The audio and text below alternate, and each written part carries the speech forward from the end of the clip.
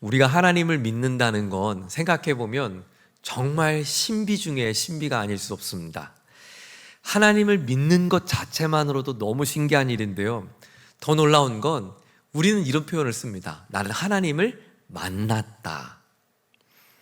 사실 오늘 이 예배하는 우리 모두는 하나님을 직접 목격한 사람은 아무도 없습니다. 목사님, 저는 하나님을 많이 봤는데요. 하나님을 보았는데요. 네, 그건 좋은 일이긴 한데 일단 예배 마친 뒤에 저와 함께 꼭 신앙상담을 하고 가셔야 합니다. 사실 우리는 하나님을 본 것은 아닙니다. 그런데 하나님을 믿는 것을 넘어서 심지어 우리가 하나님과 대화를 나눈다는 표현도 하죠. 하나님의 음성을 들었다 이렇게 말도 합니다. 아마 신앙생활을 하지 않는 분들이 이런 말을 들으면 무척 이상하고 또 무서운 말입니다. 여러분, 영화에 가끔 보면 점을 치는 무당이 죽은 할아버지 목소리 흉내내면서 소위 말하는 신접하는 것을 묘사하곤 하지 않습니까? 섬뜩하죠. 가만 보면 우리의 대화의 내용이 난 하나님을 보았다, 들었다, 만났다, 거의 신접에 가까운 무당에 가까운 메시지를 우린 스스로 하고 있는 거예요. 우리는 하나님을 본 적은 없습니다. 그런데 하나님을 만난 건 사실입니다. 하나님의 임재를 누리는 것도 사실입니다. 하나님의 일하심을 목격하고 하나님이 이랬구나 경험하는 것도 실제입니다. 우리가 성경을 하나님의 말씀이라고 말하는 이유는 그 말씀을 통해서 하나님의 음성을 듣기 때문입니다. 때로는 그 말씀 안에서 하나님의 책망을 듣기도 하고 하나님께서 내게 주시는 위로를 전해 듣기도 하고, 그래서 하나님을 경험하고 하나님의 일하심을 우리는 하나님의 말씀, 성경을 통해서 확인하게 됩니다. 이게 어떻게 가능한 일일까요? 갈라디아서 4장과 로마서 8장에 보면 두 구절에 이렇게 말씀합니다. 너희가 아들임으로 하나님이 그 아들의 영을 우리 마음 가운데 보내사 아빠, 아버지라 부르게 하셨느니라. 우리가 하나님을 믿으면 하나님이 우리를 하나님의 자녀라고 칭해 주십니다. 하나님의 자녀가 된 우리는 하나님의 아들의 영이신 성령님이 우리 안에 내주하십니다.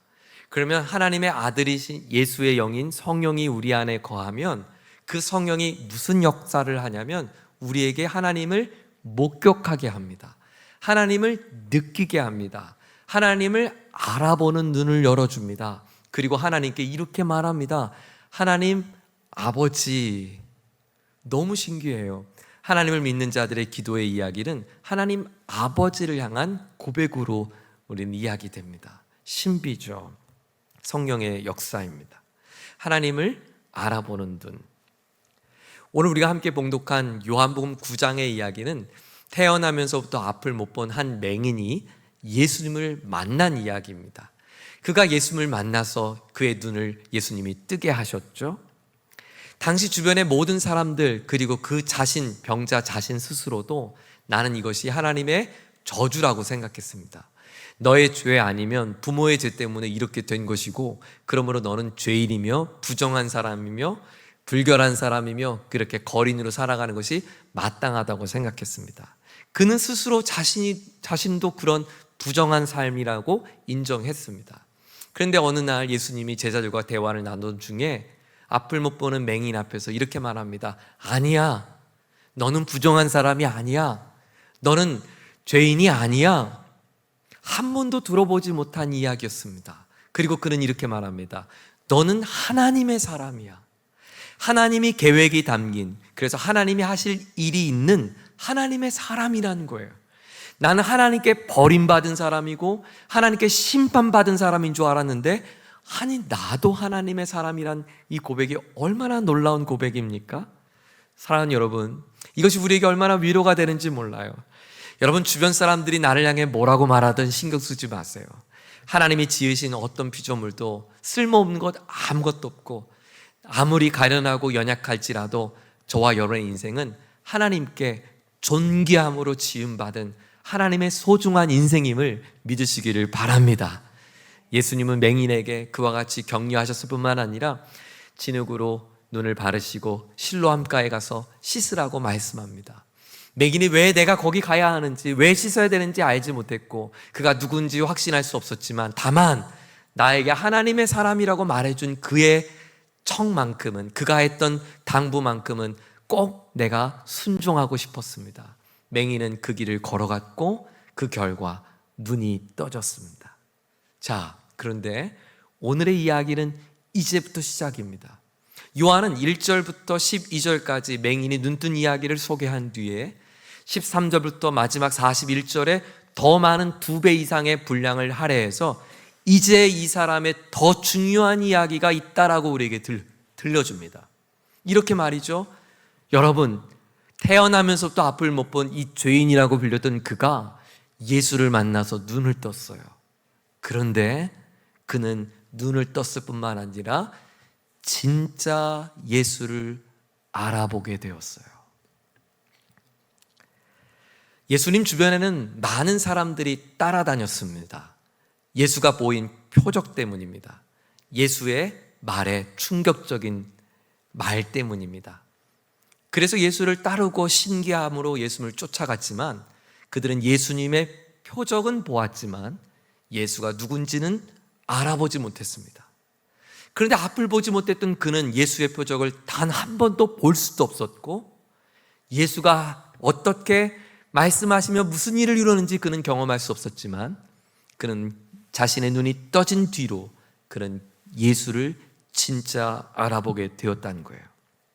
그는 예수가 나의 눈을 뜨게 해줬던 기적의 주인공으로 알아본 것을 넘어서 나를 구원할 구원자로 바라봤고 우리의 소망이신 하나님이 보낸 메시아로서 그를 알아보았다는 거예요. 그도 처음에는 긴가민가 했습니다. 하지만 사람들과 대화의 도중 속에 그는 예수에 대한 확신이 점점 가득 차기 시작했고 심지어 나를 위협하는 사람들 앞에서도 당돌하게 그리고 당당하게 자신 있게 내가 만난 예수가 누구인지 증언하는 증인이 되었다라고 오늘 본문은 우리에게 들려줍니다. 사랑하는 교회 여러분, 오늘 이 아침에 축복합니다. 저와 여러분이 오늘 이 아침 하나님이 우리의 영혼의 눈을 뜨게 해주시기를 소망합니다. 내 육신의 눈으로 보여지는 앞에 펼쳐진 상황과 환경들을 보는 것뿐만 아니라 그 너머에 일하시는 하나님의 손길이 보이고 내게 만나게 해주시는 그 사람 너머에 일하시는 내게 들려오신 하나님의 메시지를 듣고 오늘 살아가는 일상의 삶에서 땀 흘리고 수고하는 나의 수고의 자리에 넘어서 일하시는 하나님의 위대한 계획을 볼 수 있는 그 영혼의 눈이 열리기를 주의 이름으로 축원합니다. 먹고 사는 오늘의 일상에 가려진 나의 눈이 오늘 말씀을 통하여 하나님을 발견하고 하나님의 마음으로 채워지는 복된 아침이 되기를 소망합니다. 육신의 눈이 가려졌던 그가 눈이 떠진 뒤 그가 보았던 예수, 알아보았던 예수, 그는 어떻게 예수를 알아볼 수 있었던 걸까요? 오늘 본문은 우리에게 그가 2가지 확신에 붙들렸다라고 우리에게 가르쳐주고 있어요. 그가 붙들렸던 확신이 그의 영혼의 눈을 뜨게 하셨어요. 첫 번째 확신은 진리에 대한 확신이었습니다. 맹인이 눈을 뜨자마자 제일 먼저 충격에 빠진 것은 동네 사람들이었어요. 아니, 당신 맞소? 그 거린 맞소? 우리가 매일매일 보던 그 앞을 못 보던 맹인 거린 맞소? 아, 맞아요. 제가 그 거린 맞아요. 근데 저 지금 보여요. 제 눈을 뜨게 해준 건 예수님이에요. 이 마을에서 맹인을 모르는 사람은 아무도 없었을 겁니다. 왜냐하면 워낙 유명했으니까요. 여러분, 아니 글쎄 아기가 태어났는데 그 아기가 앞을 못 보는 아기가 태어났대요. 도무지 마을 사람들이 한 번도 구경 못했던 그 일이 어느 한 집안에서 일어났습니다. 그 가련한 아이가, 앞을 못 보는 아이가 며칠 뒤면 눈을 뜨겠지 생각했는데 며칠이 지나도 돌이 지나도 눈이 떠지지 않습니다. 결국 사람들은 생각했어요. 저 가련한 아이가 어쩌다 저렇게 됐을까? 설마 그 아이의 죄 때문일까? 에이, 그 아이가 무슨 죄를 졌겠어? 그 부모 죄지, 그 조상 죄지. 벼랑간 사람들은, 그 마을 사람들은 그 집안을 주목하기 시작합니다. 그 부모는 그 사람들의 따가운 눈총에 못 이겨 이 아이를 거리로 내보냅니다. 그 아이가 태어나면서부터 앞을 못 보는 그 순간부터 거리의 거린이 되는 그 과정까지 마을 사람들은 모두가 목격했어요. 그런데 우리가 매일 보았던 그 거린, 태어나면서도 앞을 못 보던 그 기이한 아이, 그가 지금 눈을 떠져서 보인다고 동네방네 뛰어다니며 외치기 시작한 것입니다. 저 실로암가에서 예루살렘 성도까지 달려오면서 얼마나 소리를 지르며 얼마나 기뻐했겠어요. 자초지경을 들었던 마을 사람들은 너무 신기하고 놀라워서 그 사람의 손을 부여잡고 당신을 낫게 한 사람 누구냐고, 우리도 좀 알려달라고, 그가 우리의 집에서 또 기적 좀 행해달라고, 좀 말 좀 부탁한다고 그에게로 가자고 재촉할 만도 한데, 그 마을 사람들은 이 맹인의 손을 잡고 어디로 데려가냐면 바리새인들에게로 데려갑니다. 요즘 우리말로 하면 종교 경찰에게 신고하러 간 거예요. 경찰서에 간 거예요. 그 이유를 14절은 이렇게 설명합니다. 14절을 같이 읽겠습니다. 함께 읽죠. 시작. 예수께서 진흙을 이겨 눈을 뜨게 하신 날은 안식일이라. 그 이유가 뭐냐면 예수님이 이 사람을 치유하신 날이 안식일이었다는 거예요.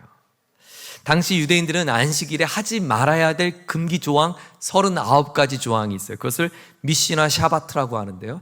그 미시나 샤바트 7장 2번 조항에 어떤 조항이 있냐면 반죽 금지 조항이 있어요.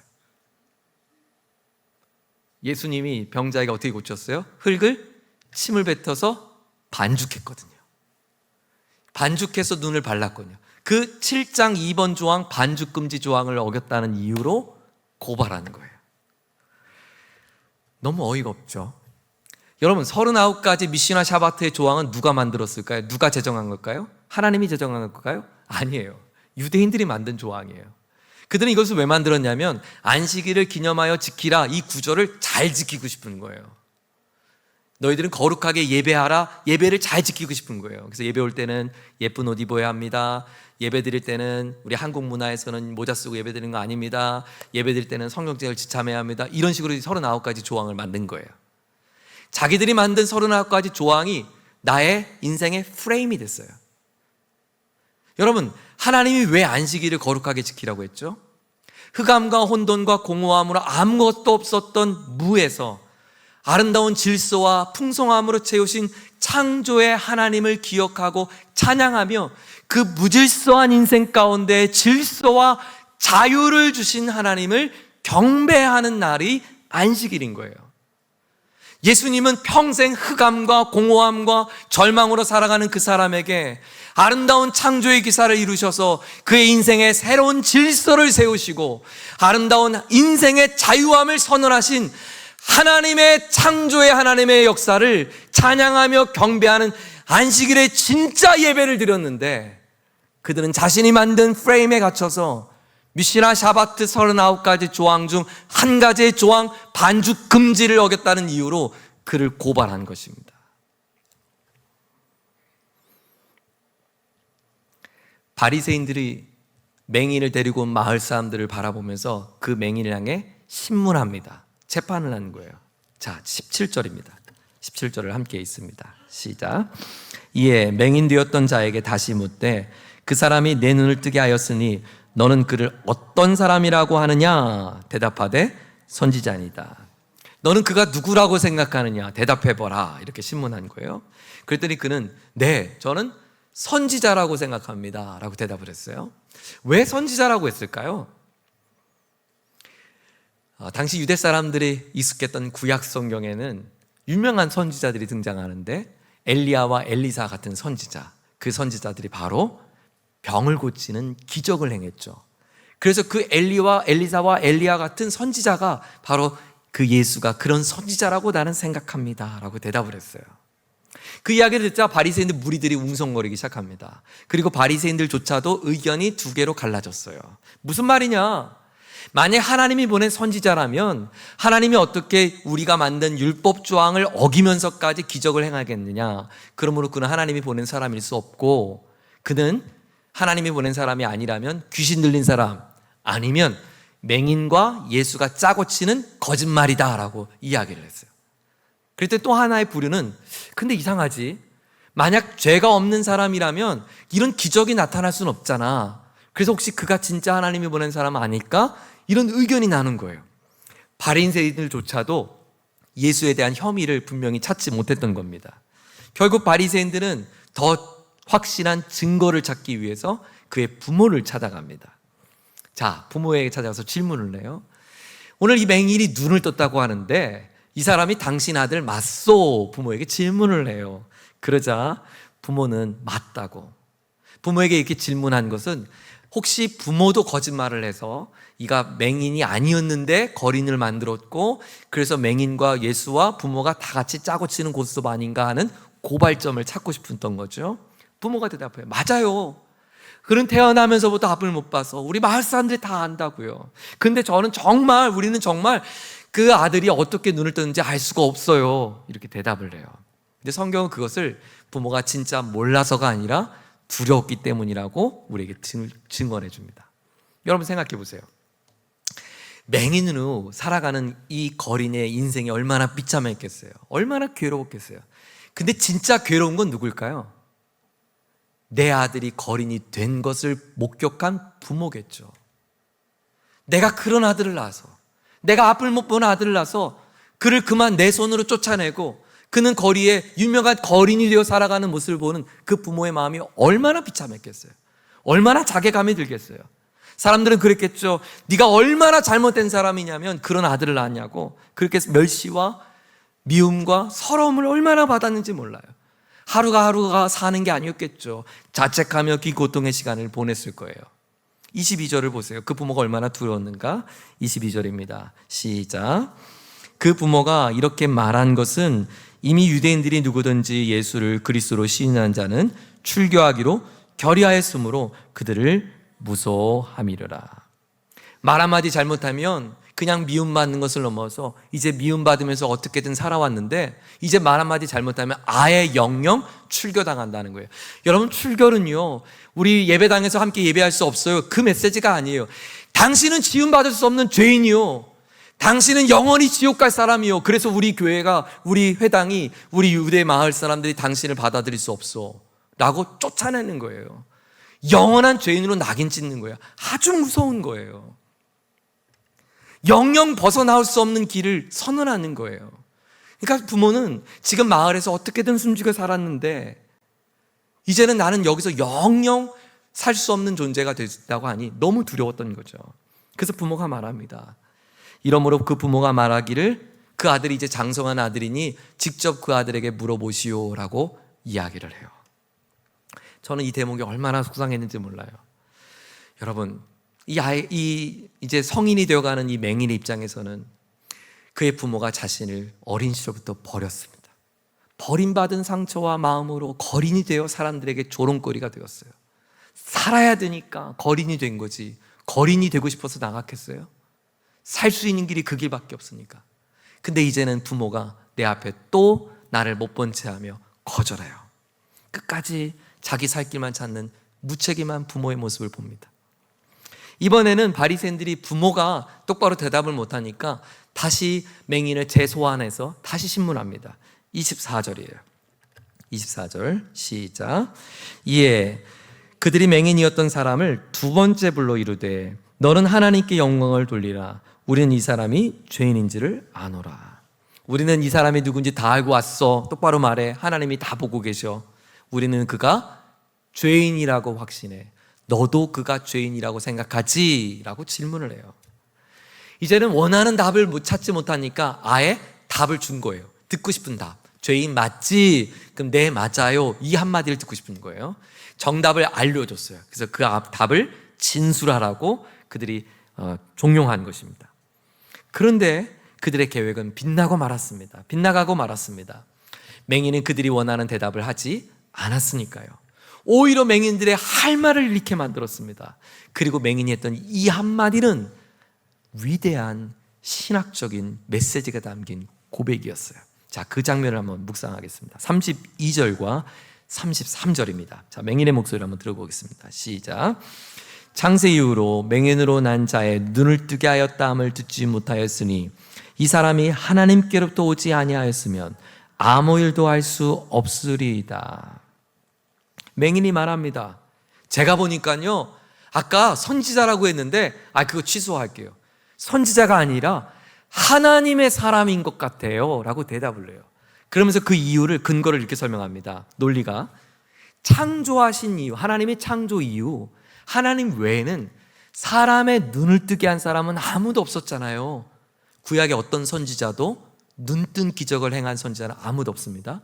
그런데 그가 지금 내 눈을 뜨게 했으니까 그 사람이 진짜 하나님의 사람 맞아요, 이런 이야기를 했다는 거예요.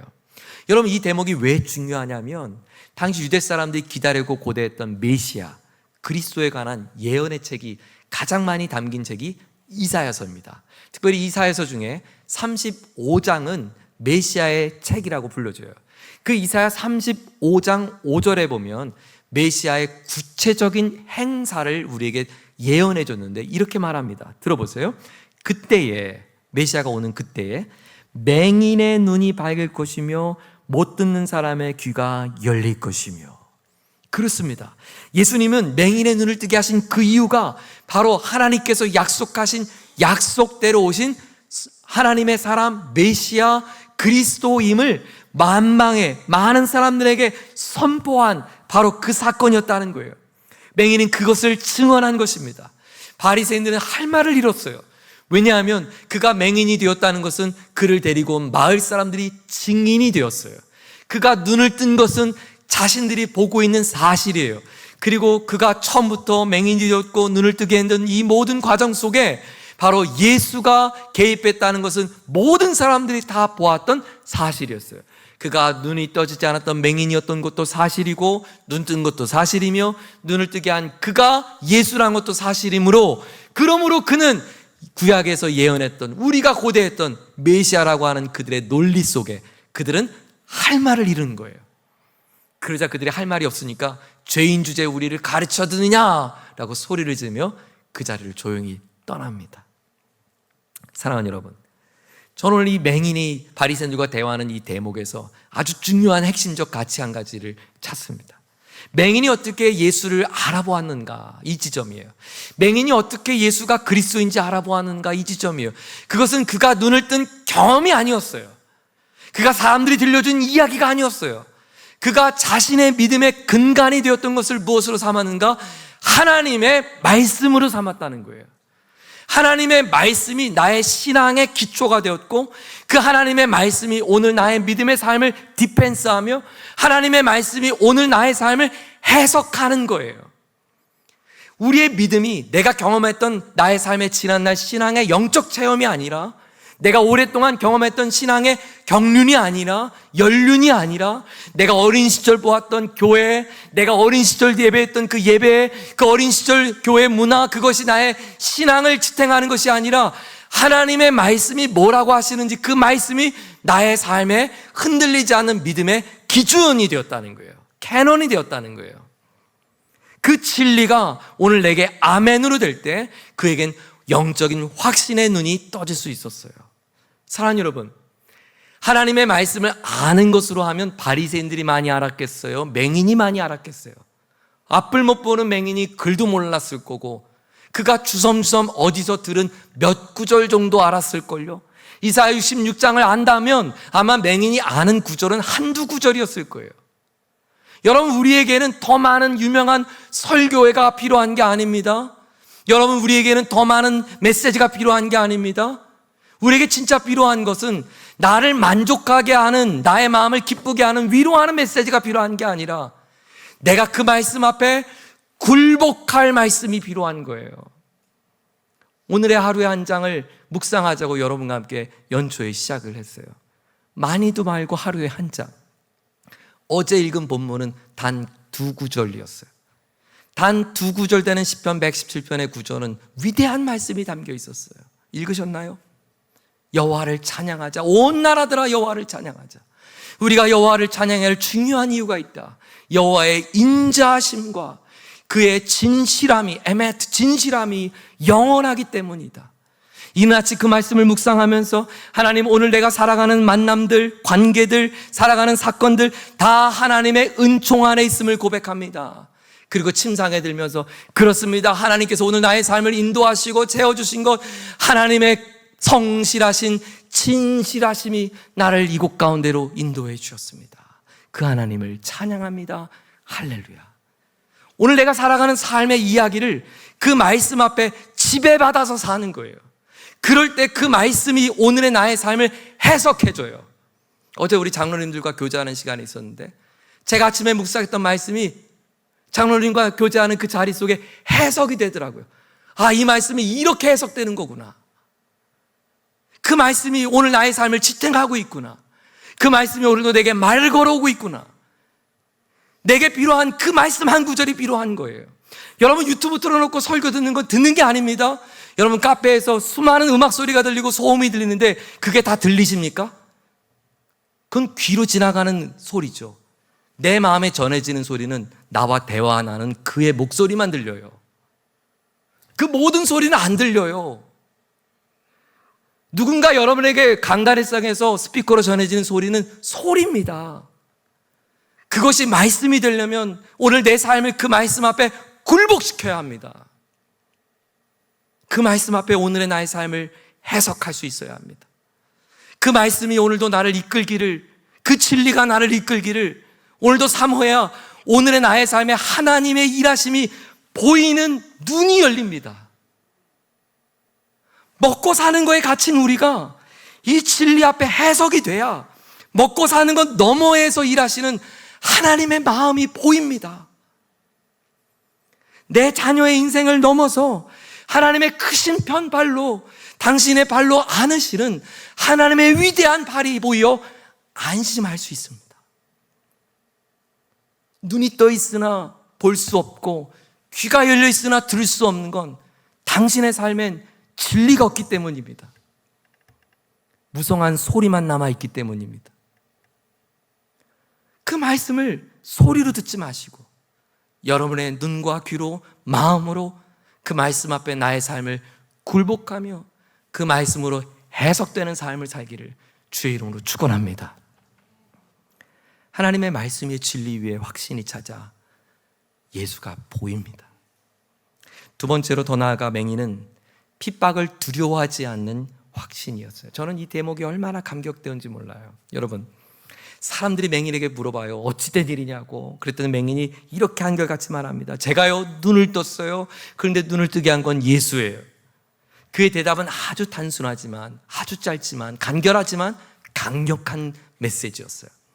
바리새인들이 재촉해서 물을 때 그의 대답은 한결같습니다. 우리 그 장면 한번 볼까요? 25절 말씀. 맹인이 어떻게 대답했는지 한번 보겠습니다. 25절 시작. 대답하되 그가 죄인인지 내가 알지 못하나 한 가지 아는 것은 내가 맹인으로 있다가 지금 보는 그것이니이다.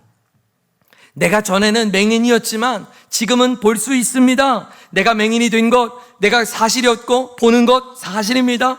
그는 복잡하지 않고 자신의 경험했던 이야기를 있는 그대로 증언을 했어요. 사랑하는 여러분, 이것이 간증입니다.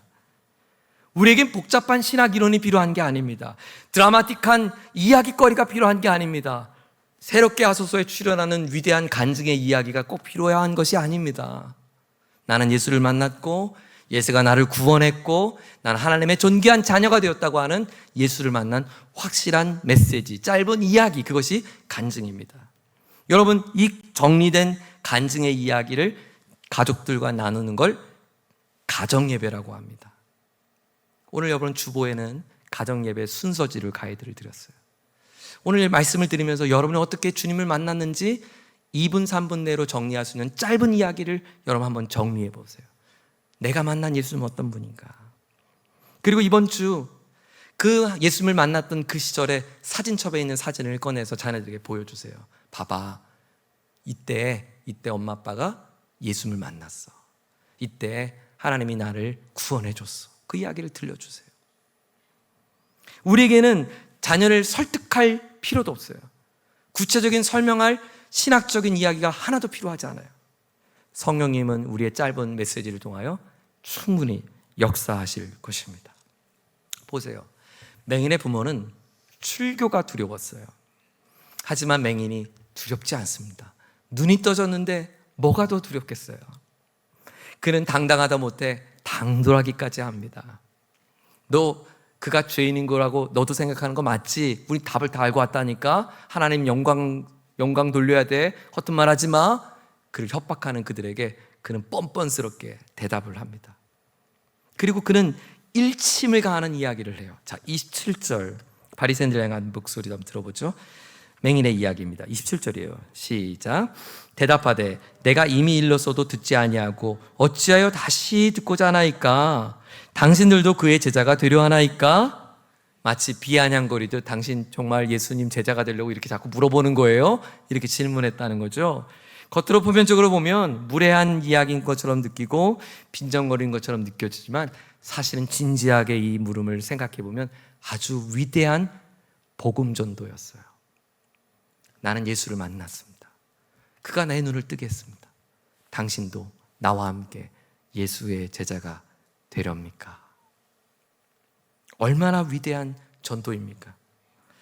맹인은 어떻게 되었을까요? 네, 그는 쫓겨났습니다. 출교당했습니다. 버림받았습니다. 그 마을에서 사라지는 존재가 되었습니다. 그러나 여러분 염려하지 마십시오. 오늘의 이야기는 여기서 끝이 아닙니다. 35절을 보세요. 예수께서 그들이 그 사람을 쫓아냈다는 말을 들으셨더니, 그 다음에 다 같이 시작. 그를 만나사 이르시되 내가 인자를 믿느냐? 바리새인들은 그를 쫓아냈습니다. 하지만 바리새인들은 그의 맹인이 예수의 참 제자가 되는 것을 막을 길이 없었습니다. 예수님은 그가 내가 누구인지를 알아본 뒤 쫓겨났다고 하는 이야기를 듣고 한 걸음에 달려갔습니다.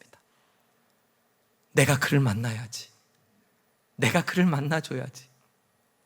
사람들이 비아냥거리는 소리를 두려워하지 않고 당당히 말했던 그 맹인을 내가 만나야지. 부모도 버리고 사람도 버리고 종교인도 버리고 교회도 버리는 그 사람 내가 만나줘야지. 내가 구원해야지. 내가 그를 내 제자 삼아야지. 예수님은 한 걸음에 그 이야기를 듣자마자 그에게로 달려갑니다. 저는 아마도 요한이 다 기록하지 않았지만 예수님의 표정은 그 어느 때보다도 밝고 감격스러웠으며 기대감이 찼으며 마치 설레는 여인을 만나듯 그 사람을 만나기 위해 그 자리까지 달려갔을 것이라고 저는 생각합니다. 내가 그를 만나야지. 내가 그 아들을 만나야지. 많은 사람들 앞에 나를 부인하지 않고 당당하게 말했던 내 아들을 내가 만나야지. 그리고 그에게 찾아가 묻습니다. 네가 나를 인자라고 믿느냐? 여기서 인자는 다니엘서가 예언했던 메시아의 별명이에요. 내가 나를 메시아라고 믿느냐? 내가 나를 그리스도라고 믿느냐? 내가 나를 하나님의 아들이라고 믿느냐? 그러자 그가 대답합니다. 네, 주님, 제가 믿습니다.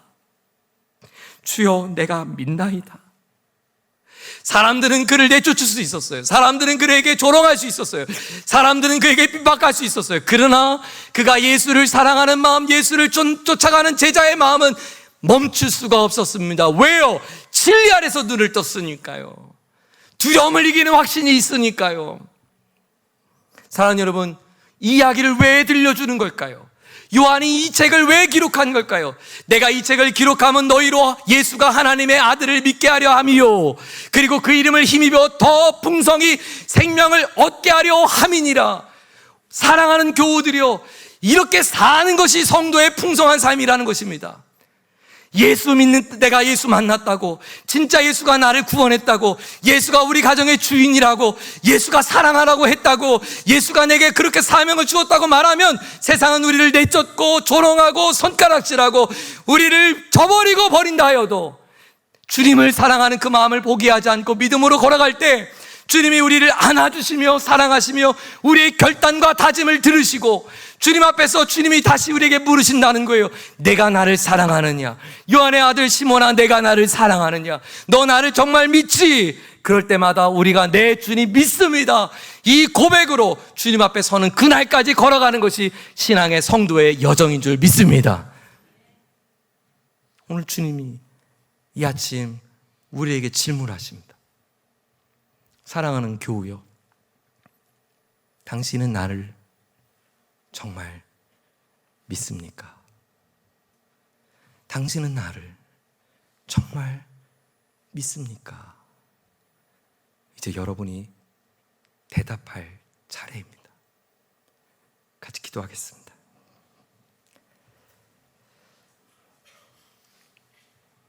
우리 한번 마음에 손을 얹어보기 원해요. 나면서부터 앞을 보지 못했던 맹인이 얼마나 절망스럽고 얼마나 비참한 인생을 살았겠어요. 부모도 의지가 안 돼요. 부모 책임 못 져요. 부모가 나를 못 지켜줘요. 그를 지킬 수 있는 것은 아무것도 없었습니다. 그런 인생에 자신의 무너진 자리 속에 예수를 만나 나의 구원자가 여기 있다는 것을 그는 알게 되었습니다. 그리고 그는 그것이 진리임을 알았기에 확신에 찬 믿음으로 예수를 쫓기를 결정했습니다. 사람들의 비아냥거림에도 조롱에도 굴하지 않고 예수를 사랑하는 제자로 걸어가기를 다짐했습니다. 오늘 성경이 우리에게 질문하고 있어요. 내가 인자를 믿느냐? 내가 인자를 믿느냐? 이제 여러분 어떻게 대답하시겠어요? 네, 주님, 제가 주님을 믿습니다. 이 진리에 대한 확신과 고난에 대한 두려움을 떨치는 확신 속에 예수님의 제자로 하나님 믿음의 여정을 걸어가기를 원합니다. 우리 다 같이 한번 한음성으로 함께 합심하여 기도하겠습니다. 같이 기도합니다. 하나님 아버지, 오늘 맹인을 만나 주셨던 주님께서 이 아침 우리를 만나 주심을 믿습니다. 앞을 볼 수 없었던 캄캄한 우리의 인생에 눈을 밝히시고 십자가 아래서 매달리신 예수 그리스도를 주목함으로 절망에서 벗어나 구원의 자리로 하나님의 존귀한 백성의 삶으로 우리를 인도해 주었습니다. 하나님의 그 신실한 사랑이 어둠에 갇힌 나를 끄집어내었고 하나님의 무한한 긍휼과 은혜가 나를 비참한 자리에서 살렸으며 하나님의 따스한 손길과 기다림의 은혜가 오늘도 갈등하고 있는 나로 하여금 주님 앞에 설 수 있는 은혜의 통로가 되게 하셨습니다. 하나님 아버지, 이제 주님을 만난 우리의 진리의 눈을 뜬 우리 모두가 예수를 진심으로 사랑하는 제자로, 예수를 사랑하는 제자의 삶으로 걸어가기를 원합니다. 빈정거리는 사람들의 목소리에 두려워하지 아니하고 오늘 펼쳐진 상황에 염려하지 아니하며 나를 향해 눈뜨게 하신 주님을 증언할 수 있는 하나님의 전도자로 살아갈 수 있도록 우리를 인도하여 주시옵소서. 하나님 아버지, 그렇습니다. 주님이 나의 그리스도이십니다. 살아계신 하나님의 아들이시며 나를 구원하신 구원자이십니다. 그 구원받은 하나님의 존귀한 백성으로 영혼의 눈뜬 자로 이 하루를 아름답게 한 주간을 살아갈 수 있도록 우리 모두를 축복하여 주시옵소서. 주님, 앞을 못 보았던 비참했던 인생, 그 맹인, 그 이름조차 알 수 없었던 그 한 사람, 그러나 주님은 그 길을 외면치 않으시고 그 길 가운데 그 한 사람을 만나시며 그의 영혼에 닫힌 눈과 마음을 열어 진리를 보게 해주셨습니다. 하나님, 그렇습니다. 그 맹인이 바로 나였습니다. 주님이 그리스도 예수 안에서 십자가에 매달리신 주님을 보게 하셨고, 그래서 나의 죄 가운데 있었던 하나님, 찢겨진 나의 인생 가운데 주께서 싸매어 주시는 사랑을 경험하게 해주셨습니다. 이제 그 사랑에 붙들린 우리가 하나님, 세상을 향하여 기웃거리는 눈이 아니라 하나님의 말씀에 해석되어지고 말씀에 사로잡혀서 내 인생 넘어 일하시는 하나님을 날마다 주목하며 그 하나님을 쫓아 살아가는 믿음의 여정을 걷는 우리 모두가 될 수 있도록 인도하여 주시옵소서. 주님께서 그를 믿음의 자리로 다시금 인도해 주시고 그 맹인이 자신이 만난 예수를 증거할 수 있는 담대한 전도자의 삶으로 하나님은 새롭게 바꾸어 주셨습니다. 예배한 우리 사랑하는 모든 교우들이 하나님 거듭난 구원받은 자가 됐을 뿐만 아니라 내가 만난 예수를 증거할 수 있는 이 땅의 거룩한 복음의 소화전이 될 수 있도록, 거룩한 복음의 통로자가 될 수 있도록 우리 모두를 축복하여 주시옵소서. 가정을 새롭게 하여 주셔서 부모가 증거한 예수, 부모가 만난 예수, 우리 자녀들이 만나는 예수의 이야기로 대대후손 우리 가정마다 복음의 이야기가 끊이지 않도록 역사해 주시옵소서. 예수님 존귀하신 이름으로 기도드립니다. 아멘. 우리 모두 함께 자리에 일어나시겠습니다. 저는 만약 맹인이 노래를 불렀다면, 찬양을 불렀다면 이 찬양을 불렀을 것 같아요. 그리고 어찌된지 이 찬양의 가사가 딱 오늘 본문의 이야기예요. 난 예수가 좋다오. 우리 함께 찬양할 텐데요, 맹인이 자유함을 얻은 것처럼 우리 기쁜 마음으로 박수치며 이 찬양 올려드리겠습니다. 많은 사람들 참된 진리를 모른 채 주님 곁을 떠나갔지. 내가 만난 주님은 참 사랑이었고 진리고 소망이었소. 우리 고백해볼까요? 난 예수가 좋다오. 난 예수가 좋다오. 난 예수가 좋다오. 주를 사랑한다. 넌 베드로 고백처럼 난 예수를 사랑한다오. 무거운 짐진 자들아, 무거운 주님이 우리에게 말씀하십니다. 다 내게로 내가 너를 쉬게 하리라. 내가 너를 쉬게 하리라. 이 길만이 생명의 길입니다. 이 길만이 생명의 길, 참 복된 길입니다. 복된 길이라 항상 내게 들려주소서. 이제 우리가 선포할 차례입니다. 난 예수가 좋다오. 난 예수가 좋다오. 난 예수가 좋다오. 주를 사랑한다. 넌 베드로 고백처럼 난 예수를 사랑한다오. 좋으신 주님께 감사와 찬양의 박수 올려드립니다. 네, 주님, 우리가 주님을 사랑합니다. 주님을 증거하며 살겠습니다. 믿음으로 살겠습니다. 아멘. 주님을 찬양합니다. 예수님을 자랑하고 예수님의 사랑을 선포하며 이 한 주간 승리하기를 축원합니다. 기도합니다. 주 예수 그리스도의 크신 은혜와 하나님 아버지의 무한한 사랑과 성령의 함께 하시는 은혜가, 하나님 나의 눈을 뜨게 하신 주님, 내가 주님을 사랑합니다. 주님이 나의 구원자이십니다. 삶의 자리 속에 선포하고 증거하고 자랑하며 그리스도의 제자로 살기를 소망하고 다짐하는 우리 모두에게 이제부터 영원까지 함께하여 주옵시기를 존귀하신 우리 주 예수님의 이름으로 간절히 축원합나이다. 아멘.